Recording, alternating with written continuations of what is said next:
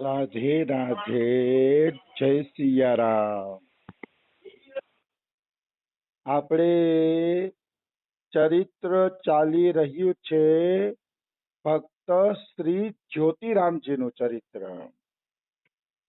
જ્યોતિરામજીના ચરિત્રમાં આપણે આગળ વધીએ તો જ્યોતિરામજીના ગુરુ હતા કલકત્તાના રામદાસ બાબાજી। ઈ એમના ગુરુજી હતા કલકત્તાના રામદાસ બાબા।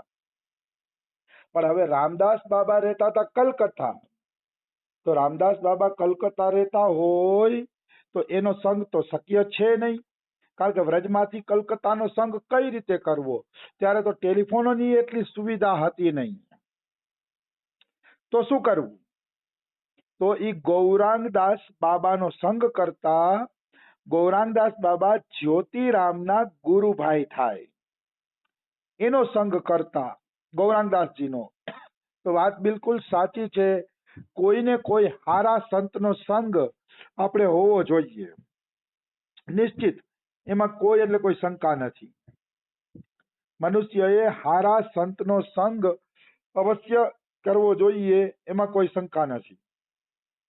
તો એ ગૌરાંગદાસ બાબાનો સંગ કરતા, અને ક્યારેક ક્યારેક ગૌરાંગદાસ બાબા અને જ્યોતિરામ વૃંદાવની નિકુંજોમાં ફરતા, વન વિથિયોમાં વિચરણ કરતા, અને મધુકરીની રોટલીઓ બે જણા ભેગા મળીને ખાતા અને ખૂબ ભજન કરતા। એકબીજાના સાનિધ્યમાં બે જણા ખૂબ જ ભજન કરતા। અને ગૌરાંગદાસ બાબા પણ ઘણી વખત જ્યોતિરામજીને ત્યાં માટ ગામ જાતા। માટ ગામ જઈ અને 15-15, 20-20 દિવસ જઈને સત્સંગ કરતા। એમને સત્સંગ કરવો ખૂબ ગમતો, આનંદ આવતો, એટલે માટ ગામ જાતા પોતે। તો માટ ગામ જાતા ને તો ક્યારેક જ્યોતિરામજીના 15-20 દી દર્શન ન થાય ને, એટલે ગૌરાંગદાસ બાબા એમ કહેતા, જ્યોતિ બિન આંખે અંધી, મતલબ જ્યોતિરામના દર્શન નથી થયા તો મારી આંખ જ આંધળી રહી ગઈ। વાત બિલકુલ સાચી છે, વૈષ્ણવોના દર્શન વગર આંખ આંધળી છે, મોરના પંખના પીછા જેવી છે, જેની આંખ વૈષ્ણવોના દર્શન નથી કરતી। ઓલું કે છે ને, મોર પંખ કા લેખા, રામાયણમાં ચોપાઈ તો આવે છે પણ મને ભૂલાઈ ગઈ। જે આંખેથી હરિના દર્શન નથી થતા એની આંખ મોરના પીછા જેવી છે। મોરના પીછામાં આંખ જેવું ગોલ કુંડાળું હોય, પણ એ બેકાર છે, એ કઈ જોઈ શકતું નથી। એવી રીતે સંતોના દર્શન વગર, ભક્તોના દર્શન વગર અને ભગવાનના દર્શન વગર આંખ આંધળી છે। આંખની કોઈ કિંમત જ નથી, એમ કેવું હોય તો કહી શકાય। જ્યોતિ બિન આંખે અંધી, વાત બિલકુલ સાચી કીધી। એક વખત વિઠ્ઠલનાથજી અને એમના ધર્મપત્ની બે એકલા બેઠા હતા। એકલા બેઠા ને એટલે વિઠ્ઠલનાથજીની ધર્મપત્નીએ પૂછ્યું કે તમને તમારા વૈષ્ણવ બહુ વાલા છે? તો કે હા, મને મારા જેટલા અંગ વાલા છે ને એટલા જ મને વૈષ્ણવો વાલા છે। તો કે બતાવો, કયો વૈષ્ણવ તમારું કયું અંગ છે એ કે તમે બતાવો જ કે। પૂછ્યું તો કે આ ફલાણો વૈષ્ણવ મારો હાથ છે, ફલાણો વૈષ્ણવ મારો પગ છે, ફલાણો વૈષ્ણવ આ છે, એમ બોલ્યા। એમ બોલતા બોલતા કીધું કે ચાચા હરિવંશજી છે ને એ મારી આંખ છે કે। અચ્છા, તો કે હા। તો થોડાક દી પછી ચાચા હરિવંશજી બીમાર પડ્યા। ચાચા હરિવંશ બીમાર પડ્યા ને તો વિઠ્ઠલનાથજીની આંખ પણ બીમાર પડી ગઈ। વિઠ્ઠલનાથજીની આંખમાં સોજો આવી ગયો, લાલ લાલ આંખ થઈ ગઈ। ત્યારે એની પત્ની કહે છે, વાત સાચી છે હો, વૈષ્ણવો તમારા અંગો છે, ત્યાં ચાચા હરિવંશજી બીમાર પડ્યા ને અહીંયા તમારી આંખ બીમાર પડી ગઈ કે। તો કે તમારી આંખ છે ને ચાચા હરિવંશજી? તો કે હા, મારી આંખ છે ચાચા હરિવંશજી। તો આવી વસ્તુ છે। તો ગુરુ પૂર્ણિમા જયારે આવતી ત્યારે શ્રી જે જ્યોતિરામજી છે, ગુરુ પૂર્ણિમા આવતી ત્યારે જે જ્યોતિરામ છે ને એ જ્યોતિરામજી રામદાસ બાબાનું તો પૂજન કરી ન શકે, કારણ કે ગુરુ તો કલકત્તામાં હતા રામદાસ બાબાજી। એટલે જ્યોતિરામજી જ્યારે ગુરુ પૂર્ણિમા આવતા ને ત્યારે ગૌરાંગદાસ બાબાનું પૂજન કરતા. કારણ કે ગૌરાંગદાસ બાબા મહાપુરુષ હતા એટલે એનું પૂજન કરતા. પેલા ઈ રામદાસ બાબાજીના ચિત્રપટને માળા પહેરાવતા અને પછી ગૌરાંગદાસ બાબાનું પૂજન કરતા. તો બે જણાની આંખમાંથી આંસુડા નીકળી જતા. ગૌરાંગદાસની આંખમાંથી એટલા આંસુડા નીકળતા કે મારો ગુરુભાઈ છે તો મારે એની પ્રસન્નતા માટે પૂજા સ્વીકારવી પડે છે. અને જ્યોતિરામજીના આંખમાં એટલા આંસુડા નીકળી જતા કે મારા અહોભાગ્ય કે મને ગુરુભાઈના રૂપમાં ગુરુ ઘર બેઠા મળી ગયા કે જેની હારે હું સત્સંગ કરી શકું છું. આવો બે જણાનો એકબીજા પ્રત્યે અદ્ભુત ભાવ હતો. અદ્ભુત ભાવ, દિવ્ય ભાવ કહી શકાય. આવી વસ્તુ છે. પછી જ્યોતિરામજી ધીરે ધીરે ભજન કરતા કરતા સિદ્ધ થઈ ગયા હતા અને જ્યોતિરામજી અનુભવી થઈ ગયા હતા. મતલબ એને ભગવદ તત્વનો અનુભવ થઈ ગયો હતો જ્યોતિરામજીને. તો કે આપણે કેમ ખબર પડે કે જ્યોતિરામજીને અનુભવ થઈ ગયો હતો? તો કે એકવાર ગૌરાંગદાસ બાબાજી, આ લેખક એટલે અવધ બિહારીલાલ કપૂર, અવધ બિહારીલાલ કપૂરને કીધું તું કે જ્યોતિ બહુ અનુભવી છે. અવધ બિહારીલાલ કપૂર જેને આ વ્રજ કે ભક્ત લખ્યું એને એના ગુરુ કહી ગયા કે જ્યોતિરામ એક અનુભવી મહાપુરુષ છે. તો સ્વાભાવિક છે કે આવડા મોટા મહાપુરુષ કોઈ વિશે મંતવ્ય આપતા હોય તો એ મંતવ્ય કદાપી ખોટું ના હોઈ શકે. ખોટું હોય જ ન હોઈ શકે. સત્ય વ્યક્તિઓને મહાપુરુષો હંમેશા સત્ય મંતવ્ય આપતા હોય છે. આવી વસ્તુ છે. એટલે જ મહાપુરુષના મંતવ્યોને શાસ્ત્ર પણ કહેવામાં આવે છે. કારણ કે મહાપુરુષ બોલી જાય છે એ બધું વાસ્તવમાં શાસ્ત્ર જ હોય છે. એમાં કોઈ એટલે કોઈ પણ પ્રકારની શંકા નથી. આવી વસ્તુ છે. તો જ્યોતિરામજીને ગૌરાંગદાસ બાબા અને રામદાસ બાબાની પૂર્ણ કૃપા હતી. બે મહાપુરુષની કૃપા હતી અને પરમ ગુરુ રાધા રમણ ચરણદાસ દેવની પણ કૃપા હતી. રાધા રમણ ચરણદાસ દેવ એટલે બડે બાબા. બડે બાબા કહેવાય છે પશ્ચિમ બંગાળની અંદર જગન્નાથપુરીમાં. એ બંગાળના હતા પણ મૂળ જગન્નાથપુરીમાં કઈક જીવન પસાર કર્યું એવું કઈક છે, મને થોડુંક ભૂલાય છે. પણ રાધા રમણ ચરણદાસ દેવ એવા મહાપુરુષ હતા જેને વૃક્ષોને પણ નચવી દીધા હતા. એના ચરિત્રમાં આવે છે કે વૃક્ષોને પણ એને નચવી દીધા હતા. એવડા એ મોટા મહાપુરુષ હતા રાધા રમણ ચરણદાસ દેવ. તો રાધા રમણ ચરણદાસ દેવની પણ એની ઉપર કૃપા હતી. કેવી રીતે કૃપા હતી? એક વખત ગૌરાંગદાસ માટ ગામની અંદર જ્યોતિરામજીના ઘરે સત્સંગ કરતા હતા. સત્સંગ કરતા હતા ને તો એનો તખત હૈલો, તખત એટલે લાકડાનો પલંગ, હાલો ને આપણી ભાષામાં લાકડાનો પલંગ શેટી જેવો જ હોય. તો એનો તખત હૈલો, આખો તખત હલે છે. એટલે એને એમ થયું શું ભૂકંપ આવ્યો, આ તખત કેમ હલે છે?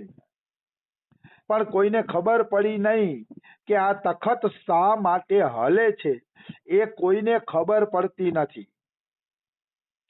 પછી ગૌરાંગદાસ બાબા પશ્ચિમ બંગાળ ગયા, કલકત્તા ગુરુજીને મળવા. તો ગુરુજીને મળવા ગયા ને તો એક પગલી નામનો ભક્ત રહેતો હતો, સખી ભક્ત હતો પણ એને બધા પગલી કહીને બોલાવતા. તો એ પગલી પાસે જઈ અને ગૌરાંગદાસ બાબાએ કીધું કે મને તો કલકત્તા વાળા ભૂલી ગયા લાગો છો. એ કહે હમણાં તો કોઈ યાદ નથી કરતું મને. એ કહે તો ઓલી પગલી કહે કેમ તને યાદ નથી કરતા? એ કહે જ્યોતિરામના ઘરે તમે સત્સંગ કરતા હતા ને ત્યારે તમારો લાકડાનો પલંગ, લાકડાનો તખત અમે જ હલાવ્યો હતો, પણ તમને એમ લાગ્યું ભૂકંપ આવ્યો છે. ભૂકંપ નથી આવ્યો, અમે જ હલાવ્યો હતો. અમે ખાતરી કરાવતા હતા કે કલકત્તા બેઠા બેઠા અમે તમારો સત્સંગ સાંભળીએ છીએ. કલકત્તા બેઠા બેઠા અમે તમારા સત્સંગનો લાભ લઈએ છીએ. એટલે એ તખત અમે જ હલાવ્યો હતો. એ કે એમાં કોઈ એટલે કોઈ શંકા નથી. આવી રીતે મહાપુરુષો ક્યારેક ક્યારેક ચમત્કાર દેખાડીને ભક્તોનો વિશ્વાસ છે એ વધારતા હોય છે. આવી વસ્તુ છે.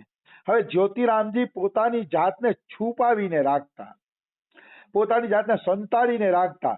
કોઈ એની પાસે દુઃખ લઈને આવતું કે મારે આ બીમારી છે, મારે આ કષ્ટ છે, એવી કોઈ બીમારી કે એવું કોઈ બાનું લઈને આવતા ને, તો ગૌરાંગદાસ બાબા અને પોતાના ગુરુ રામદાસ બાબાનું ચરણામૃત આપી દેતા.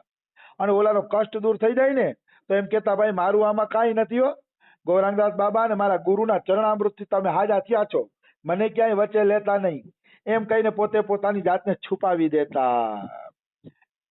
વાસ્તવમાં તો એની જ શક્તિથી એ બધી કૃપા થઈ હોય છે, એના જ કૃપાથી એ હાજો થયો હોય છે. છતાં પણ એ ગુરુના ચરણામૃતને આગળ કરી દેતા કે ગુરુના ચરણામૃતથી તને હાજો થઈ ગયો. આવી રીતે એ પોતાની જાતને છુપાવીને રાખતા. અને મહાપુરુષો પાસે એક દિવ્ય દ્રષ્ટિ હોય છે. એ દિવ્ય દ્રષ્ટિના કારણે મહાપુરુષ માણસનો એક્સરે કાઢી લેતા હોય છે કે કયો મહાપુરુષ કેટલો ઊંડાણપૂર્વક ઊંડો ઉતરેલો છે, એવો છે ને એક એક્સરે એ પાડી લેતા હોય છે મહાપુરુષ લોકોએ. તો એક વખત જ્યોતિરામે એમની દીકરીને કીધું હતું કે લાલી, મને બધું સાફ સાફ દેખાઈ જાય છે, જેવી રીતે અરીસામાં લોકોને મોઢું દેખાઈ જાય છે એવી રીતે મને બધા વ્યક્તિઓ દેખાઈ જાય છે કે કયો વ્યક્તિ કેવો છે, કયો વ્યક્તિ કેવો છે એ મને સાફ સાફ કે દેખાઈ જાય છે. એમાં કોઈ એટલે કોઈ પણ પ્રકારની શંકા નથી. આવી વસ્તુ છે. તો મહાપુરુષનું અંતઃકરણ એટલું ચોખ્ખું હોય છે એટલે એ ચોખ્ખા અંતઃકરણમાં એક સ્પષ્ટ પ્રકારની છાપ પડતી હોય છે. હવે જ્યોતિરામજી જયારે બીમાર પડતા ને ત્યારે ક્યારેક મૂર્છિત થઈ જતા, પણ ભગવાન નામ એના મોઢામાંથી ચાલુ રહેતું. મૂર્છિત અવસ્થામાં પણ ભગવાન નામ એના મોઢેથી બંધ થતું નહીં. એટલું એને ભગવાન નામ પ્યારું હતું. ભગવાન નામનો જપ એને એટલો પ્યારો હતો કે મૂર્છિત અવસ્થામાં પણ એ જપ છે એ બંધ થતો નહીં. આને જ કહેવાય અભ્યાસ. જેનો અભ્યાસ સારો છે એ મૂર્છિત અવસ્થામાં પણ ભગવાનના નામનો જપ કરશે, નિશ્ચિત રૂપે જપ કરશે, એમાં કોઈ એટલે કોઈ શંકા નથી. આવી વસ્તુ છે. એક વખત જ્યોતિરામે કીધું કે માટ ગામમાં હું ઘણો રોકાણો હોય કે હવે શરદ પૂર્ણિમાના દિવસે હું વૃંદાવન વહી જવાનો છું. તો બધાને એમ થયું કે માટ ગામમાંથી ઘર બદલી અને વૃંદાવનમાં ઘર લેવાના હશે, કારણ કે માટ ગામથી વૃંદાવન કેવલ 12 કિલોમીટર થાય, ખાલી 12. એટલે એને એમ કે ત્યાં ઘર લેવાના હશે. પણ કોને ખબર હતી કે શરદ પૂર્ણિમાના દિવસે દિવ્ય વૃંદાવનમાં જવાની તૈયારી કરતા હતા. એ કોઈને ખબર હતી નહીં, કોઈ એ જાણતું નહોતું. પણ વૃંદાવનનો સમય આવ્યો, શરદ પૂર્ણિમાનો સમય આવ્યો, ત્યારે એને ગૌરાંગદાસ બાબાને કીધું હતું કે ગૌરાંગદાસ બાબા, હું જ્યારે ધામમાં જાઉં ને ત્યારે તમે મારી પાસે હાજર રહેજો. તો ગૌરાંગદાસ બાબાએ કીધું હતું કે હા, જેદી તમે ધામમાં જાશો તેદી હું તમારી પાસે હાજર રહીશ. તો બરોબર શરદ પૂર્ણિમાના દિવસે જ્યોતિરામજી વૃંદાવન આવે છે. બધાને એમ હતું શરદ પૂર્ણિમા કરીને પાછા આવી જશે અને પછી વૃંદાવન આવતા જતા રહેશે. કોઈને ખબર નહોતી કે આ છેલ્લી વખત વૃંદાવન જાય છે. પછી વૃંદાવન આવ્યા જ્યોતિરામજી, અને શરદ પૂર્ણિમાનો દિવસ હતો 13 ઓક્ટોબર 1970. 13 ઓક્ટોબર 1970 શરદ પૂર્ણિમાનો દિવસ હતો. એ શરદ પૂર્ણિમાના દિવસે પોતાની જીવન લીલા સંકેલી અને જ્યોતિરામજી સદા માટે ભગવાન શ્રી કૃષ્ણની રાસ લીલામાં પ્રવેશ પ્રાપ્ત કરી ગયા. સાક્ષાત ઠાકોરજીની રાસ લીલામાં પ્રવેશ પ્રાપ્ત કરી જાય છે. આવી વસ્તુ છે. ભાઈ ભગવાનનું ભજન કરે અને ભગવાન રાસ લીલામાં પ્રવેશ ન આપે કેવી રીતે બની શકે? ઠાકોર તો દયાનો સાગર છે, કરુણાનો સાગર છે, મંગલોનો સાગર છે. એનું કોઈ ભજન કરે અને એનું અકલ્યાણ થાય એવું કદાપી સંભવ નથી. ભગવાન અવશ્ય એને અપનાવી લે છે, પોતાના બનાવી લે છે, એમાં કોઈ શંકા નથી. તો આ રીતે જ્યોતિરામજીનું ચરિત્ર અહીંયા વિશ્રામ લે છે. કાલે આપણે બીજું ચરિત્ર ચાલુ કરશું. રાધે રાધે, જય સિયા રામ.